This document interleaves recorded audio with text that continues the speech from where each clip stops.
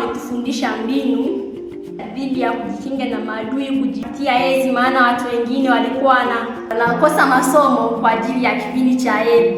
Wengine walikuwa wanauma matumbo, wengine vichwa.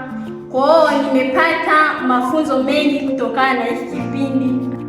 Yamenifundisha kujiamini, kujipenda binafsi, maana wengine wakiwa katika kipindi cha hedhi usafi unakuwa kwao ni shida.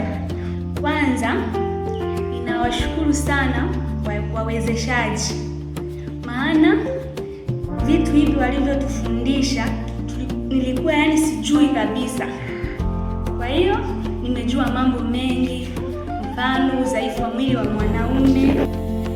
Wamenijengea, nimekuwa na ujasiri. Mara ya kwanza nilikuwa sina huo ujasiri.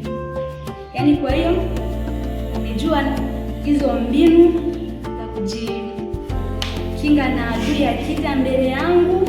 Najua, nawashukuru sana. Mafunzo haya kwa kweli yatawasaidia sana vijana wetu. Kwanza yamewajengea ujasiri, kujiamini.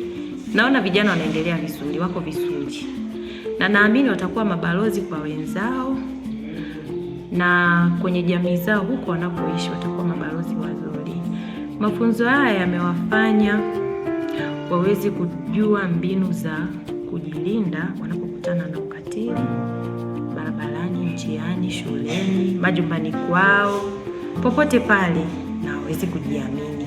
Tunawasihi pia waendelee kuwa mabalozi kwa wanafunzi wenzao kwa ajili ya kuweza kuwapatia kile walichojifunza, ili na wenyewe waweze kuwa aware na haya mambo yanayoendelea ya ukatili.